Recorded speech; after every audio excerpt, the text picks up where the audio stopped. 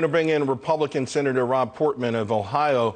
Senator, there's a new Gallup poll out showing that a major spike in Americans concerned about the availability and the affordability of energy. In fact, 47% worry a great deal, 30% worry a fair amount, 17% say a little, 5% don't worry at all. I guess those are the members of Congress and their wealthy climate change donors. You know, is there a chance, you're right in the heart of it, the thick of it, that the reality of the pain and suffering is beginning to resonate on the other side of the aisle? Yeah, absolutely. I haven't met that 5% yet, I can tell you that. I went to the gas station over the weekend to fill up my pickup truck, and you know, they stop you at $100 now, at least with my credit card, and I was only about 2/3 of the way full. I mean, it's unbelievable. People who are commuting, you know, people on fixed incomes, people who are, you know, just trying to get by because everything else is so darn expensive. I don't know how they're paying for this, and it's in our heating fuel, it's energy generally. So it's a huge issue back home. And I got to tell you, it also is something where President Biden has made certain promises to the European Union to help them get away from their dependency on Russian gas, as you know, because of the war in Ukraine.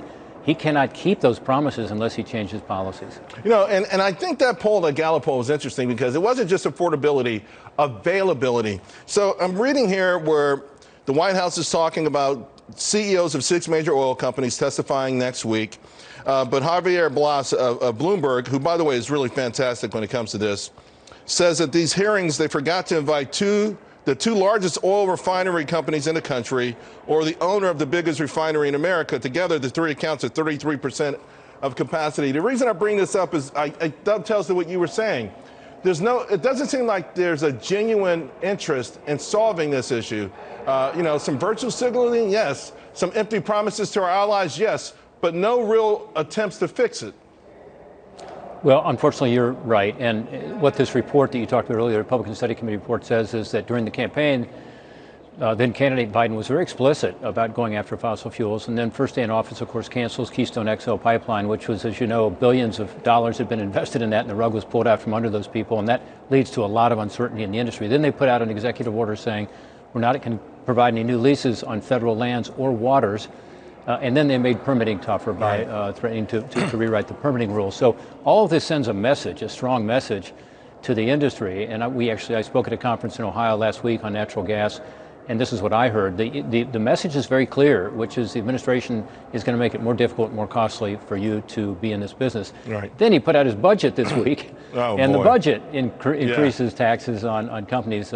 Intangible drilling costs in particular are huge increases, which makes it harder. So you're right, Charles. I mean, all the signals are going the wrong way. And takes away incentives. I want to ask before I let you go, I got to bring it up because you introduced legislation that urges the DOJ to seize Russian assets and put it into a Ukrainian fund. Exactly how would that work? Well, first of all, Ukraine needs help badly with regard to its humanitarian crisis, and is going to need billions of dollars, maybe even trillions, we'll see, in terms of reparations to try to clean up the mess that Vladimir Putin has caused. I mean, this is an enormous impact, obviously, on a big country, 41 million people.